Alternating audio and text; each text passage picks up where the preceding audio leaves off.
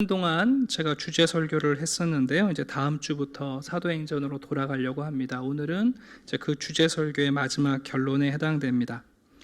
그리스도인들은 어떤 사람들인가? 그동안 우리는 몇 주 동안 그리스도인들은 영혼의 목자와 감독자 되신 예수님께 돌아온 사람들이다라는 이 설명을 우리가 생각해 봤습니다. 내 자신을 한 영혼으로 보고 또 다른 사람을 영혼으로 볼 수 있는 사람들에게 영혼의 목자와 감독자에게로 돌아왔다라는 설명은 참 적절합니다. 그런데 1세기 사람들은 예수님을 따르는 초대교회 성도들을 보고 또 뭐라고 불렀냐면, 오늘 본문에 보니까 그 도를 따르는 사람들, 이렇게 별명을 붙였습니다. 여기 도라는 말은 길이라는 말입니다. 그 길을 따라가는 사람들, 그렇게 교인들을 불렀습니다.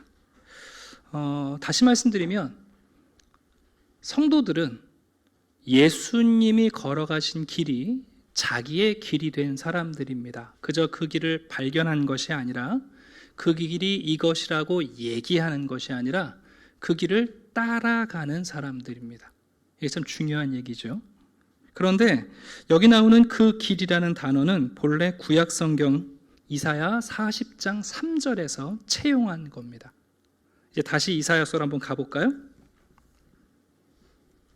제가 읽어드리면, 외치는 자의 소리여 이르되 너희는 광야에서 여호와의 길을 예비하라, 사막에서 우리 하나님의 대로를 평탄케 하라. 여기 나오는 길이 바로 사도행전 9장에서 말하는 그리스도인을 가리켰던 그 길을 따르는 사람들의 길입니다. 이 길은 물론 예수님이 걸어가신 십자가의 길을 의미한다고 볼 수 있지만, 구약적 배경에서는요, 왕의 대로를 의미합니다. 이사야 40장에 나오는 길은 왕이 자기 백성을 찾아오시는 길을 말합니다. 일명 왕의 대로라고 합니다. 오늘 본문을 보시게 되면 그 왕의 대로를 준비하라고 하시면서 2절과 6절과 9절에 3번 이렇게 반복해서 외칩니다. 말하라, 외치라, 소리를 높이라. 목사가 자기 하고 싶은 말 설교 때 하는 것 같으시죠? 그렇지 않아요. 본문이 우리에게 그렇게 가르치기 때문에 그렇게 문단을 나누고 주제를 정해서 전하거든요.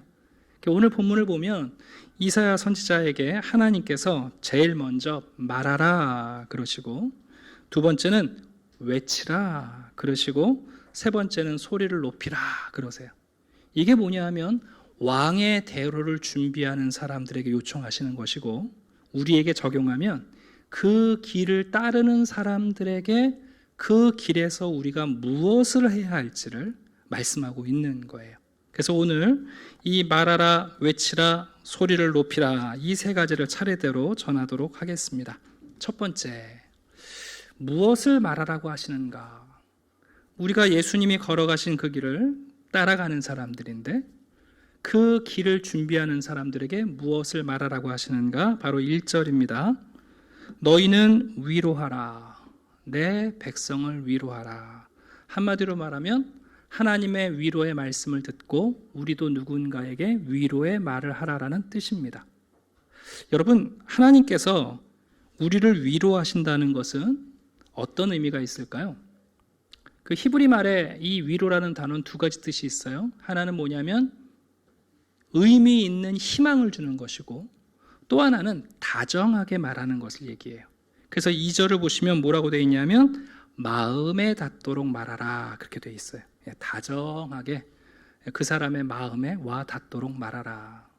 여러분, 하나님께서 우리를 어떻게 위로하시는가 보니까 3가지 방법으로 우리를 위로하시는 것 같아요. 첫 번째는 뭐냐면, 하나님은 우리를 위로하실 때 항상 제일 먼저 내가 너와 함께 한다, 이 말씀을 해주세요.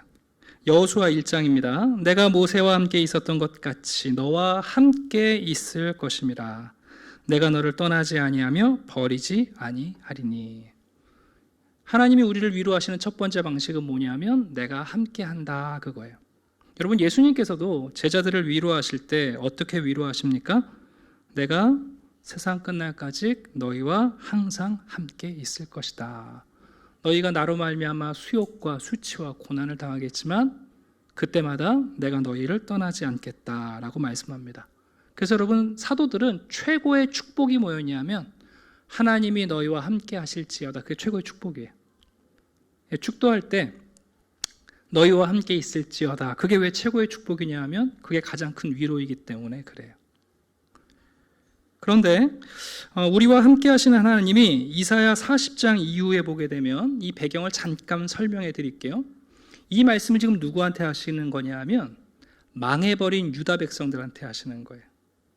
유다 백성들은 자신들이 안 망할 줄 알았어요. 왜냐하면 예루살렘 안에 성전이 있고 성전에 하나님이 계시기 때문에 북왕국 이스라엘은 망했지만 우리는 절대 안 망한다, 그렇게 믿었던 사람들이에요. 그런데 바벨론에 의해서 여러분, 나라가 없어지고요, 대부분의 백성들이 포로로 끌려갔어요. 정말 모든 것을 잃은 사람들이에요. 모든 것을 잃었을 뿐만 아니라 이스라엘 백성들에게는 하나님의 약속도 파기된 것처럼 느껴지는 거예요. 근데 그런 사람들에게 지금 이사야 선지자가 말하는 거죠. 하나님이 너희를 떠나지 않으신다. 너희와 함께 하신다. 그리고 40장 이후에 보게 되면 계속해서 반복되는 얘기가 있어요. 그 중에 첫 번째가 뭐냐면 46장 9절입니다. 나는 하나님이라 나 외에 다른 이가 없느니라. 나는 하나님이라 나 같은 이가 없느니라. 자, 하나님의 위로의 두 번째는 뭐냐면 함께 하시는 하나님 자신이 누구인지를 설명하는 거예요. 여러분, 위로를 하려고 해도요, 위로감이 되는 사람이 위로를 해야 위로가 되지, 아무리 얘기를 해도 위로가 안 되는 사람이 얘기를 하면 됐어 그만해 그런다고요. 가끔 우리 이제 가장 되시는 분들이 뭐 사업을 하시던 직장을 하시던 이제 무거운 마음을 가지고 집에 돌아와서 자녀들이 아빠 힘내세요 노래하고 율동하면 이제 위안은 돼요. 그런데 여러분, 그게 진짜 삶의 위로, 희망이 되지는 않아요.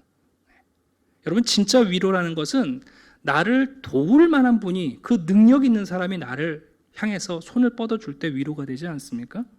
그러니까 하나님께서 계속해서 말씀하시는 거예요. 내가 하나님이다. 바벨론이 아니라, 바벨론의 우상들이 아니라 내가 하나님이다. 나 외에 다른 이가 없다. 이 사실을 자꾸만 강조하시는 거예요. 여러분, 신앙에서 진짜 위로 중에 하나가 뭐냐면 예수 그리스도가 누구인지를 아는 게 위로가 돼요. 이렇게 설명하면 이게 무슨 뜻인지 잘 모르시는 분들도 있어요. 아니, 지금 가난하니까 돈이 들어오고 몸이 아프니까 건강해지는 게 위로가 되지 어떻게 예수 그리스도가 누구인지를 아는 게 위로가 되나? 아니에요, 여러분. 어제까지 내가 몰랐던 예수 그리스도를 오늘 알게 되는 순간 여러분, 우리의 영혼에 큰 위로가 돼요. 그래서 예수님께서 제자들에게 늘 물으시는 게 뭐냐면 너희는 나를 어떻게 생각하니? 너희는 나를 누구라고 하느냐? 항상 물으시는 거예요. 베드로가 예수님을 향해서 주는 그리스도시요 살아계신 하나님의 아들입니다. 그럴 때 예수님 뭐라고 그러세요? 야, 너 하늘로부터 복 받았다. 너 그거 위로받은 거다. 하나님이 너에게 나를 알게 하신 것, 그거 큰 위로다. 요한 1서를 보게 되면 노년의 사도 요한이요, 자기가 목회하는 성도들이 지금 순교의 위협 가운데 있잖아요. 까딱 잘못하면 생명, 목숨 사라진다고요. 근데 뭐라고 위로하냐 하면 아들이 있는 자에게는 생명이 있고 아들이 없는 자에게는 생명이 없느니라. 예수님이 누구신지를 아는 게 우리에게 위로가 되는 거예요. 그러니까 여러분, 바벨론에서 포로 생활하는 유다 백성들에게 진짜 위로가 뭐냐 하면 하나님이 누구신지를 아는 게 위로가 되는 거예요. 나는 곧 나다. 나 외에 다른 이가 없다. 자꾸만 강조하시는 거예요. 세 번째 사실이 있는데 바로 이사야 41장에 가시게 되면 하나님이 이렇게 말씀하세요. 두려워하지 말라. 너와 함께함이라. 놀라지 말라. 나는 내 하나님이 됨이라. 내가 너를 굳세게 하리라. 참으로 너를 도와주리라. 참으로 나의 의로운 오른손으로 너를 붙들리라. 여러분, 세 번째 위로의 내용은 뭐냐면 그 사람이 나를 위해서 무언가를 할 의지가 있다는 거죠. 이게 얼마나 큰 위로가 됩니까? 내가 누구를 알아. 그게 무슨 상관이 있어요? 그 사람이 나를 위해서 뭘 해줄 것인가가 진짜 위로잖아요. 근데 하나님께서 유다 백성들에게 말씀하는 거예요. 참으로 내가 너를 도와주리라. 참으로 내가 너를 도와주리라. 여러분, 우리가 가끔 성찬식을 참여하는데 이 성찬식이 왜 우리에게 위로가 되는 줄 아십니까? 고린도전서 11장에서 바울은 성찬을 재정의해 주면서 이렇게 설명해요. 예수께서 축사하시고 떼어 이르시되 이것은 너희를 위하는 내 몸이니. 빵을 나눠주시면서 이것은 너희를 위하는 내 몸이니, 내 피니 말씀하시는 거예요. 여러분, 우리가 성찬에 참여할 때에 하나님이 단순히 우리와 함께 하시고 우리가 섬기는 분이 하나님이라는 게 중요한 게 아니라 그 하나님이 나를 위해서 살과 피를 찢으시고 흘려주시는 하나님이라는 사실을 확인하는 거예요. 그래서 성찬식이 여러분 우리에게 위로가 되는 거예요. 나와 함께 하시고 나에게 이 성찬에 참여케 하시는 아버지가 어떤 분인지를 알고 그분이 나를 위해 자신을 찢으시려는 의지가 있는 분이라는 사실을 알게 되는 것, 여러분 이것이 오늘 첫 번째 우리에게 말하라 하시는 위로예요. 사람을 위로할 때도 여러분 이런 위로가 진짜 위로가 돼요. 우리가 힘들고 어려워지면 사람들이 다 떠나요. 그때 마지막까지 남아있는 사람들 우리에게 위로가 돼요. 나는 감당할 수 없는데 누군가가 야 내가 할 수 있어, 내가 이번엔 도와줄게 하고 여러분 진짜 도울 수 있는 사람이 나에게 도와줄 때 위로가 돼요. 심지어 그가 나를 위하여 굳은 의지를 가지고 꺾이지 않고 도와줄 걸 알게 될 때 진짜 위로가 되지 않습니까? 구약 성경에 보면 하나님께서는 누군가를 위로하실 때 항상 이런 방식을 사용하시는 것 같아요. 대표적인 예를 한 분 소개해 봅시다. 여러분 나옴이라는 분이 계세요. 룻기에 보면 잘 살아보겠다고 재산 정리해서 이민 갔어요. 이민 가가지고 잘 살기는커녕 남편 죽고 아들 다 죽고 이제 죽는 일만 남았는데 고향 가서 죽어야겠다. 그리고 돌아오는 거죠. 여러분 그때 나오미에게 주어진 첫 번째 위로가 뭐죠? 며느리에게조차 야 너희들 떠나라, 나는 이제 혼자 가겠다. 그럴 때 룻이 함께 하는 거죠. 아닙니다 어머니, 혼자 가시긴요 제가 함께 가겠습니다. 끝까지 함께 가겠습니다. 어머님이 함께 하시는 민족이 나의 민족이고 어머님이 함께 하시는 하나님이 나의 하나님이 될 겁니다 하고 여러분 나오미를 위로해 주는 거예요. 그 다음에 위로가 뭐냐 하면 룻이 이삭 죽게 하러 나가는데 하필이면 누구한테 갔냐면 보아스의 밭에 들어갔어요. 여러분 보아스가 누구인가가 위로가 돼요. 그 사람이 거친 사람, 불친절한 사람이 아닌 거예요. 친절한 사람인 거예요. 근데 보아스가 친절하다는 게 뭐 그렇게 중요하겠어요? 더 중요한 게 뭐냐면 하필이면 보아스가 야 우리 집안 친척이라는 거예요. 기업을 물을 자격이 있는 사람. 그게 여러분 나오미에게 소망이 되는 거예요. 위로가 되는 거예요. 야 너 하필이면 그 밭에 들어갔는데 그 사람이 참 친절한 사람인데 이방 여인이라고 내치지 않는 사람인데 더군다나 우리의 친족이다. 소망이 되는 거예요. 근데 더 중요한 게 있죠. 그 보아스라는 사람이 과연 우리 집안을 일으켜 줄 것인가? 나를 받아줄 것인가? 룻이 간밤에 갔는데 보아스가 시어머니의 계획이 틀어진 것 같잖아요. 룻을 손대지 않고 도로 돌려보내지 않습니까? 룻 입장에서는 어머니 계획 실패한 것 같아요. 이러고 돌아오지 않았겠어요? 근데 여러분 룻기 3장 18절 보면 나오미가 이렇게 말합니다. 이에 시어머니가 이르되 내 딸아 이 사건이 어떻게 될지 알기까지 앉아 있으라. 그 사람이 오늘 이 일을 성취하기 전에는 쉬지 아니하리라. 아니다. 그 사람이 어떤 사람이냐면 우리 집을 돕기로 작정한 사람이다. 그 사람 부지런히 움직일 거다. 여러분 이게 우리 인생에 찾아오는 위로 아닙니까? 나와 함께 하겠다는 사람, 정말 나를 도울 수 있는 능력과 힘이 있는 사람, 경험이 있는 사람, 근데 그가 기꺼이 나를 도와주겠다고 의지를 갖고 있는 사람. 여러분 이게 지금 하나님께서 내 백성의 가슴에 대고 좀 말해라. 내가 함께하고 있다고. 내가 바로 하나님이라고. 그리고 내가 참으로 내 백성을 돕겠다고 좀 얘기를 해라. 여러분 2절 볼까요? 하나님께서요 조금 뭐라 그럴까요? 너무 큰 말씀을 하세요. 보세요. 노역의 때가 끝났다. 그 죄악이 사함을 받았다. 너희들이 벌받은 거 배나 받았다. 하나님께서 이렇게까지 말씀하시면서 자기 백성을 위로하시는 거예요. 여러분 그 길을 걷는 사람들은 그 길에서 하나님의 위로를 만나요. 그리고 우리가 그 길을 걸어갈 때 우리 역시 누군가에게 이런 방식으로 위로할 수 있는 사람들이 됩니다. 하나님께서 이 위로를 말하라 라고 우리에게 말씀하고 있습니다. 두 번째입니다. 6절을 보니까 이제는 외치라고 말씀하세요. 단순히 말하는 게 아니라 이제는 외치라는 거예요. 너 자신에게, 그리고 너 주위 사람들에게 외치라는 거죠. 이 외치라는 말씀은 뭐냐 하면, 여러분, 하나님의 말씀이 위로가 됐는데 그 말씀이 단순히 위로로 끝나지 않고 그 말씀에 대한 확신을 갖도록 도와주라는 거예요.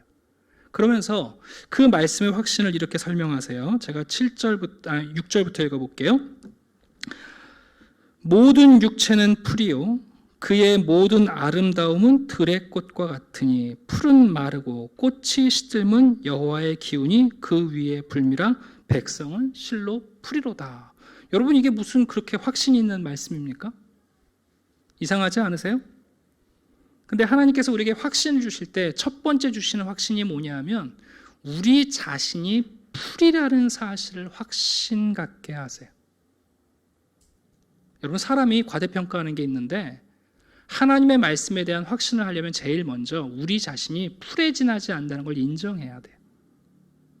내가 꺾인 거, 내가 흔들린 거, 내가 시든 거, 그거 여러분 이상한 거 아니에요.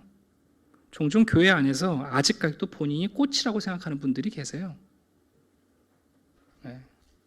제가 누누이 말하잖아요. 꽃이 빨리 져야 열매를 맺는다고요.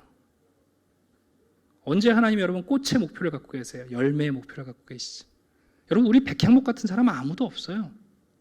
여기 반석처럼 단단한 사람 아무도 없어요. 여러분, 우리가 풀에 지나지 않는다는 사실이 조금 우리를 낙심하게 하는 것 같지만 여러분, 그것만큼 우리를 확신 있게 만드는 게 없어요. 우리 풀이에요. 보잘것 없어요. 근데 여러분, 거기서 끝나지 않죠? 모든 육체가 풀이라는 뜻은 나만 풀이라는 게 아니에요. 나를 괴롭히는 원수도 풀이라는 뜻이에요. 나를 괴롭히고 있는 저 적군도, 내가 감당 못하는 문제도 사실 여러분 풀에 지나지 않아요. 이 두 가지를 깨닫게 될 때 여러분, 그와 반대되는 하나님의 말씀에 대한 확신을 갖게 돼요. 나도 풀이고 나를 괴롭히고 내가 감당 못할 문제도 풀에 지나지 않는다는 것을 깨달을 때 8절 봅시다. 풀은 마르고 꽃은 시드나, 그 다음에 오는 거예요. 우리 하나님의 말씀은 영원히 서리라. 하나님의 말씀이 성취된다는 확신이 여러분 우리를 살게 만들어요. 이스라엘 백성들은, 유다 백성들은 자기들 안 망할 줄 알았어요. 근데 이사야가 망한다 그랬단 말이에요. 안 망할 줄 알았는데 하나님의 말씀이 너희들 패망한다 그럴 때 패망했어요? 안 했어요? 패망했어요. 말씀대로 성취가 됐어요. 근데 이제는 하나님께서 뭐라고 그러시냐면 다 끝났어. 회복할 거야 하는 말씀이 이루어질 거라는 것을 우리에게 확신을 갖게 하세요. 여러분, 성도는요, 하나님의 한 말씀이 우리를 찾아와서 우리를 확신하게 하면 그때 용기가 나고 삶의 생기를 얻게 돼요. 그 말씀 하나에 대한 확신이 얼마나 중요한지 몰라요. 예를 들어드리면, 여러분, 다윗의 생애를 보면 다윗이 하나님을 위해서 성전을 지어드리려고 할 때 하나님께서 거절하시지 않습니까? 그리고 나서 다윗한테 뭘 말씀하시냐면, 그런데 너희 집안은 사울 집안과 달리 내가 등불 꺼지지 않게 해줄게. 너희 왕권 무너지지 않게 해줄게 하고 약속하세요. 근데 하나님이 그 약속하시면서 무슨 계약서를 써주신 것도 아니고 다윗의 후손들 가운데 기라성 같은 왕을 세워주신 것도 아니에요. 여러분, 다윗 죽을 때 솔로몬 겨우 왕의 자리에 앉혔어요. 우리가 사무엘을 읽게 보면 아도니아가 여러분 반역을 일으켜가지고 솔로몬 겨우 왕에 앉혔어요. 그런데 여러분, 다윗이 뭐라고 하는지 한번 들어보세요. 사무엘하 7장입니다. 주의 말씀으로 말미암아 주의 뜻대로 이 모든 큰 일을 행하사 주의 종에게 알게 하셨나이다. 이제 주의 종과 종의 집에 대하여 말씀하신 것을 영원히 세우셨사오며 말씀하신 대로 행하사 만군의 여호와 이스라엘의 하나님이여 주의 종의 귀를 여시고 이르시기를 내가 너를 위하여 집을 세우리라 하셨으므로 주의 종이 이 기도로 주께 간구할 마음이 생겼나이다. 주 여호와여 오직 주는 하나님이시며 주의 말씀들이 참되시니 주께서 이 좋은 것을 주의 종에게 말씀하셨나이다. 여러분, 다윗 받은 거 아무것도 없어요. 지금 딱 한 가지 선지자를 통해서 야, 너희 집안은 사울의 집안과 달리 등불 꺼지지 않게 해줄게 하고 말씀 하나 받았어요. 진짜 말씀 하나 받은 거예요, 그냥. 그럼 다윗이 뭐라고 그런다고요? 그 말씀을 확신하고 감격하고 감사하고, 자기 자식들은 지금 서로 칼을 휘두르고 피 잔치를 하고 있는데 다윗의 마음속에는 그 말씀이 이루어질 것을 확신하고 있는 거예요. 여러분, 성도에게 정말 중요한 확신은 뭐냐 하면 내 자신이 바위일지 않을까? 저 원수는 거인이야. 이게 아니라 여러분, 나도 원수도 모든 육체는 풀이에요. 코로나 우리를 매우 힘들게 합니다만 백신 발견하고요. 몇 년 지나 보세요. 여러분 가운데 코로나 걱정할 사람이 있을 것 같으세요? 다 지나고 나면 여러분 풀에 지나지 않고요. 시들고 끝나버려요. 그러나 하나님의 말씀은 영원합니다. 그래서 우리는 나 자신이나 적이 패망했다는 것에서 위로를 얻지 않습니다. 우리는 자기 확신이나 긍정의 사람으로 살아가는 것이 아니라 하나님의 말씀을 긍정하고 하나님 말씀에 대한 확신으로 살아가는 사람들이에요. 그 길을 준비하고 그 길에서 왕을 맞이하는 사람들에게 외치라. 자기를 풀이라고 하라. 원수들을 풀이라고 하라. 하나님의 말씀이 영원하시다고 확신하고 그 왕을 맞으러 나오라 하고 우리에게 외치라고 말씀합니다. 그 도를 따라 그 길을 걷는 사람들은 그 말씀의 확신으로 살아가는 사람들입니다. 세 번째입니다. 9절을 보니까 이제 한 걸음 더 나아가 힘써 소리를 외치라 말씀합니다. 왕이 오시면 여러분, 그 왕이 어떻게 하십니까? 세상을 통치하십니다. 10절입니다. 뭘 외치라고 하셨냐면 장차 강한 자로 임하실 것이다. 그의 팔로 다스리실 것을 소리치라는 거예요. 여러분, 하나님께서 우리 가운데 말씀을 갖고 오시면 자기 모순의 세상을 하나님의 말씀으로 무너뜨리십니다. 저는 종종 우리 시대를 객관적으로 보려고 애를 쓰는데 그럴 때마다 참 우리 시대가 굉장히 모순적인 시대인 것 같아요. 여러분들도 여러분과 우리 시대를 좀 멀리 떨어져서 객관적으로 한번 보셔요. 얼마나 모순적인지 예를 몇 가지 좀 들어드릴게요. 우리 시대처럼 개인의 권리를 위해 싸우고 인권을, 권익을 얘기하는 시대가 어디 있어요? 그죠? 정말 개인의 권리를 위해서 싸우는데 재밌는 것은 개인이 선택한 결과에 대해서는 책임지려는 사람이 거의 없어요. 아니, 개인의 권리는 그렇게 찾으려고 하는데 정작 본인이 선택한 것에 대한 결과를 책임지려고 하지 않아요. 성에 대해서 얼마나 우리가 자유를 외치고 성적 자유권을 얘기합니까? 그런데 정작 여러분, 그 결과로 나타난 생명에 대해서는 낙태법을 찬성하는 데 익숙해요. 모순 아닙니까? 얼마 전에 한글날이었는데 우리나라 여러분 소송에서 정말 전 세계의 비율로 따져서 가장 많은 소송이 명예훼손 소송이에요. 우리는 툭하면 명예훼손 소송을 걸어요. 그렇게 여러분 명예를 중시하는 우리나라가 왜 여러분 인터넷에서는 악성 댓글을 그렇게 달아서 사람들을 죽이죠?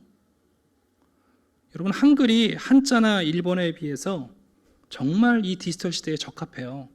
그래서 보통 한자 한 줄이나 일본어 한 줄 쓸 때 한글은 5줄 써버려요. 그 한글의 탁월함으로 우리는 악성 댓글을 달잖아요.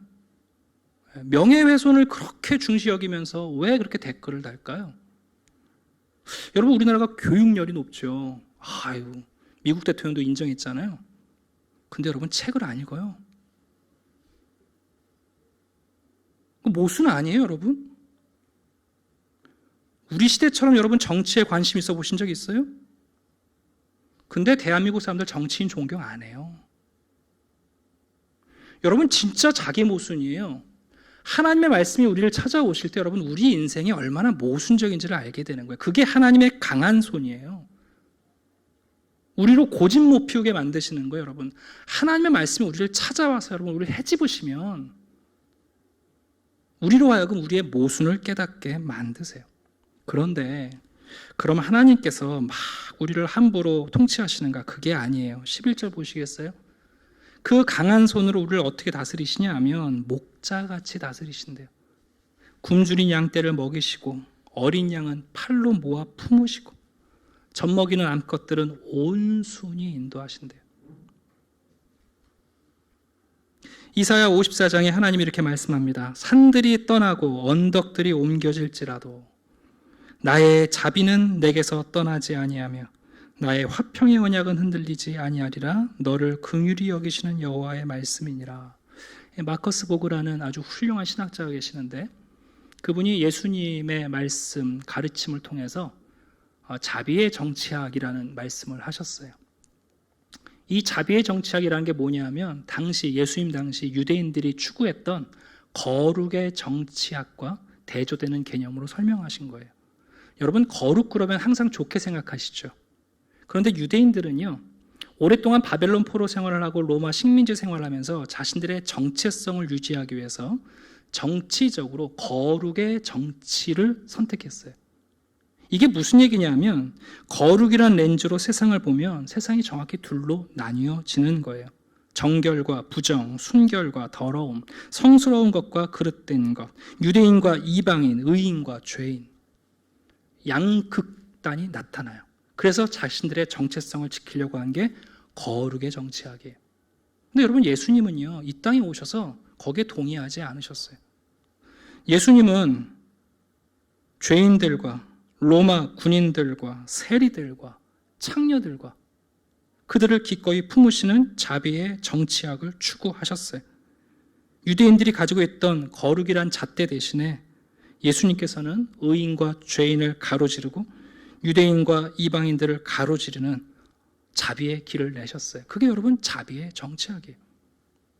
우리가 예수님의 길을 걷는다는 것은 뭐냐면 우리 역시 잘못된 거룩의 정치학을 택하지 않는 거예요.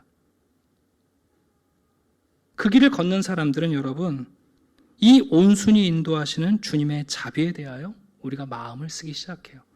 제가 참 좋아하는 김기석 목사님이 계시는데 마음도 따뜻하시고 참 글도 따뜻하세요.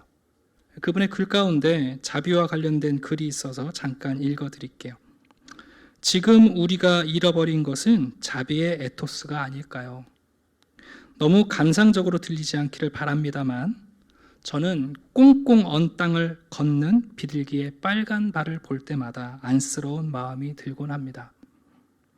먹이를 찾기 위해 쓰레기통을 뒤지다가 인기척에 소스라치듯 놀라 달아나는 야생 고양이들을 보면서 가슴이 뭉클할 때도 있습니다. 어쩐지 그 생명과 나의 생명이 둘이 아니라 하나라는 느낌이 들기 때문입니다. 어떤 때는 몸을 가지고 살아가는 우리 이웃들이 괜히 가엾어 가만히 그들을 위해 기도합니다. 물론 일상의 많은 순간 저는 자비의 마음을 잃고 허둥거립니다. 하지만 살아있는 것들을 향한 자비의 마음이 은총처럼 찾아올 때면 제 가슴에는 한없는 평화가 밀려옵니다. 봄은 우리 가슴에서 움튼다는 시인의 말이 결코 거짓이 아닙니다. 잘리고 파헤쳐져서 상처투성이가 된 우리 땅을 소중히 보듬어 안고 메마른 이웃들이 가슴 깊은 곳에 봄의 온기를 불어 넣으라고 우리를 불러주신 주님께 감사합니다. 참 따뜻한 글인 것 같아요. 여러분, 우리는 거룩의 정치학에 빠지면 안 됩니다. 오늘 본문에서 이 왕의 대로를 향해서 걸어오시는 왕은 여러분 자비의 통치를 하시는 분입니다. 이사야 40장이 우리에게 던져주는 매우 의미 깊은 것은 여러분 3절부터 4절을 잠깐 보시겠어요? 바벨론 포로기를 보내고 있는 유다인들을 어떻게 비유하시냐 하면 그들의 삶을 광야와 사막과 골짜기와 언덕으로 비유하고 계세요. 우리의 일상이 사막 같고 광야 같고 죽음의 골짜기 같고, 그럼 여러분 이것과 대조되는 개념은 뭘까요? 오아시스, 궁전, 그런 개념이어야 되지 않아요? 그런데 이사야 40장은요 광야와 대조되는 개념이 오아시스가 아니라 길이라고 얘기를 해요. 사막과 대비되는 개념이 궁전이 아니라 길이라고 가르쳐줘요.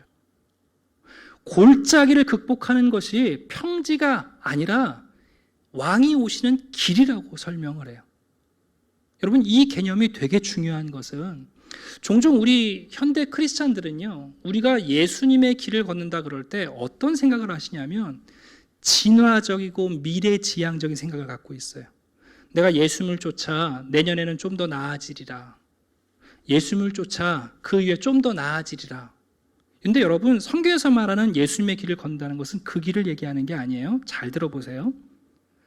성경에서 말하는 길은 하나님이 우리에게 찾아오시는 길을 얘기해요. 우리가 예수님의 길을 걷는다는 것은 하늘에서 예수님께서 우리 죄인들을 향해서 내려오신 그 길을 얘기하는 거예요. 우리가 예수님의 길을 걷는다는 것은 예수님을 쫓아가면서 득을 보면서 좋은 길을 걷겠다는 게 아니라 예수님이 하늘로부터 십자가까지 나를 찾아오신 그 길을 내가 따라 걷는다는 뜻이에요. 그래서 사막과 광야와 대조되는 극복이 궁전이나 오아시스가 아니라 바로 그 길인 거예요. 사도 바울은 예수 믿는 사람들을 잡으러 다닐 때, 사울일 때에 사도행전 9장에 있는 것처럼 그 사람들을 어떻게 이해했습니까? 길도 아닌 길을 쫓아다니는 사람들로 이해했어요. 그 길을 따르는 사람들이 나타났다 그러면 잡아다가 가두는 거예요. 오히려 사울의 인생에는 분명한 길이 있었어요. 저 이단 같은 사람들 잡아가지고 종교적으로 존중을 받고 내가 지도자가 돼가지고 자기 스승 가말리엘처럼 사람들의 존중을 받겠다는 확실한 길이 보였어요. 근데 여러분, 그 사울이 어떻게 됩니까? 다메섹에서 여러분 두 눈을 잃어버립니다. 성경이 참 아이러니한 게 그 사울을 어디다가 데려다 놓냐면 직가라는 거리에 데려다 놔요. 그 직가가 뭐냐면 다메섹에 있는 우리나라 을지로 종로 같은 대로예요. 여러분, 사울이 길을 분명히 봤던 사람인데 눈을 잃게 되는 순간 그에게 직가는 의미가 없어요. 눈앞에 보이는 대로로 사울은 걷지 못하는 사람이 돼요. 그때 여러분, 사울에게 하나님께서 길을 내시지 않습니까? 아나니아라는 종을 보내시는 거예요. 그리고 사울에게 새로운 길을 보이시죠. 내가 저 사람을 이방인의 사도로 부른다. 여러분, 그게 사울이 주어졌던 길이에요. 다시 설명드립니다. 오늘날 많은 크리스찬들이 예수님을 쫓아 그 길을 걷는다는 것을 예수님을 뒤로 하고 예수님이 나의 삶을 보장해 놓은 탄탄대로인 미래를 향해 걷는 걸로 생각하실 때가 많습니다. 아닙니다.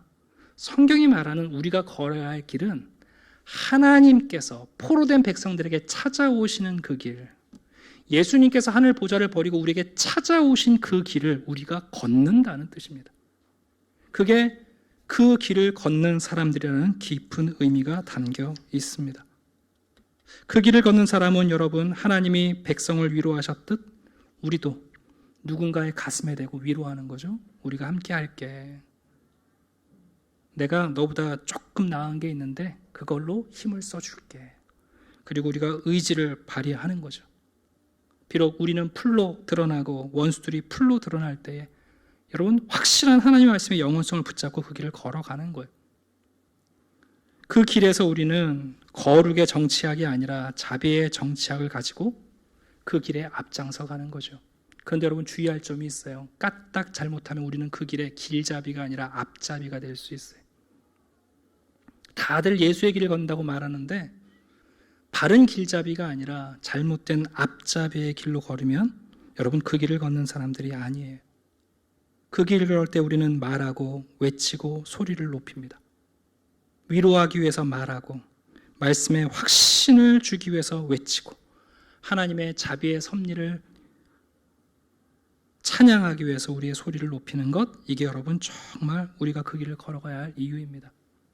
마지막으로 이야기를 하나 해드리려고 하는데, 여러분, 키 큰 나무들 있지 않습니까? 보통 나무의 가장 꼭대기에 있는 가지들을 우듬지라고 해요. 근데 여러분, 많은 식물학자들이 얘기를 하는데 삼투압만으로는 그 키 큰 나무들 가지 끝까지 수분이 올라가지를 못한대요. 그럼 어떻게 그 키 큰 나무들 우듬지까지 물이 올라가는가? 바로 그 나무들이 흔들릴 때 그 펌프질에 의해서 끝까지 올라간다는 거예요. 그러니 여러분, 나무들은요, 바람이 얼마나 고맙겠어요. 비만 고마운 게 아니라 자신의 몸을 흔들어 펌프질해서 우듬지까지 물을 옮겨주는 바람이야말로 나무들에게는 정말 고마운 거예요. 바람을 통해서 나무들은 뿌리를 깊이 내리고 그리고 자신의 우듬지까지 물을 끌어올립니다. 종종 우리가 흔들리는 나무 위에 집을 짓는 까치를 바보 같다고 그러지만 아니에요. 까치가 지혜로운 거예요. 많이 흔들리는 나무일수록 그 나무가 튼튼한 나무예요.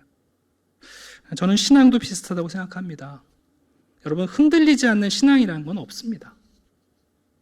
때로는 이런저런 이유로 우리의 믿음도 흔들리고 신앙의 결단도 흔들리고요. 우리의 확신도 희석될 때가 많이 있습니다. 그런데 여러분, 그 흔들림 덕분에 우리가 예수 그리스도의 생명을 우리들의 모든 전신과 삶의 모든 영역에 흘려보낼 수 있습니다. 코로나로 인해서 우리가 흔들리고 있는데 그게 우리에겐 위기가 아닙니다. 오히려 평탄할 때 우리가 챙기지 못했던 우리들의 삶의 우둔지가 어디인가 우리가 기억하고 말하고 확신을 주고 소리쳐서 자비의 정치학을 외치는 것, 여러분, 그게 우리가 그 길을 걷는 자의 사명입니다. 마지막으로 우리 40장 27절을 잠깐 볼까요? 이사야가 이렇게 외쳐놓고요, 이제 40장 27절에 이것을 정리 요약해서 백성들에게 이렇게 다시 한번 메시지를 전하고 있습니다. 제가 읽어드리겠습니다. 야곱아, 어찌하여 내게 말하며 이스라엘아, 내가 이르기를 내 길은 여호와께 숨겨졌으며 내 송사는 내 하나님에게서 벗어난다 하느냐. 유다 백성들이 얘기하는 거예요. 내 길은 안 보인다. 길이 안 보인다. 길이 안 보인다. 자기가 걸어갈 길은 안 보여요. 그런데 여러분, 왕이 오시는, 그리스도가 오시는 그 길은 너무 분명히 보이지 않습니까? 너는 알지 못하였느냐, 듣지 못하였느냐. 영원하신 하나님 여호와, 땅끝까지 창조하신 이는 피곤하지 않으시고 곤비하지 않으시고 명철이 한이 없으시며 피곤한 자에게는 능력을 주시며 무능한 자에게는 힘을 더하시나니 소년이라도 피곤하며 곤비하며 장정이라도 넘어지며 쓰러지되 오직 여호와를 앙망하는 자는 새 힘을 얻으리니 독수리가 나에게 치며 올라가면 같을 것이요 다른 박자라여도 곤비하지 아니하겠고 걸어가도 피곤하지 아니하리로다. 아멘. 우리 자신을 영혼으로 보고 이제 누군가를 영혼으로 보게 된 우리들, 그 영혼의 감독자와 목자에게 돌아왔습니다. 우리는 그 길을 걸어갑니다. 그 길이 어떤 길인가? 위로의 길. 우리는 비록 풀처럼 드러날지라도 영원한 말씀의 확신으로 우리를 걷게 하는 그 길. 그리고 여러분, 세상을 이분법적으로 나누는 그런 길이, 그런 통치가 아니라 자비의 정치를 하시는 우리 주님의 길. 여러분, 그 길을 걸어가도 피곤치 않는 비밀, 바로 이 하나님이 우리와 동행하시기 때문에 그렇습니다. 비록 흔들리는 시대이지만 여러분의 삶의 모든 우둠지에 하나님의 생명이 공급되기를 주님의 이름으로 축원합니다. 기도하겠습니다. 아버지 하나님, 감사합니다. 오늘도 우리를 위로해 주시고 우리를 풀이라고 버리시지 아니하고 꺾이지 않는 영원한 말씀에 우리를 묶어주시니 감사합니다. 하나님, 세상의 어떤 통치의 방식이 아니라 목자로 우리를 온순히 인도해 주시니 감사합니다. 이 길을 우리가 보았고 우리 역시 그 길을 따라 걷고 있습니다. 우리 사랑하는 성도들이 오늘도 주님 안에서 생명을 공급받게 하시고 흔들리는 시대이지만 우리들의 삶의 모든 우둠지에 이 생명이 공급되어 걸어도 피곤치 않는 하나님 믿음의 길을 걸어가는 성도들 되게 하여 주시옵소서. 세상 사람들이 대로라고 말하는 직가가 더 이상 우리의 길이 아니라 우리가 아무것도 보지 못할 때 우리의 마음에 심겨 놓으신 바로 그 길을 따라 주님과 동행하게 하여 주시옵소서. 감사드리며 예수 그리스도 이름으로 기도드립니다. 아멘.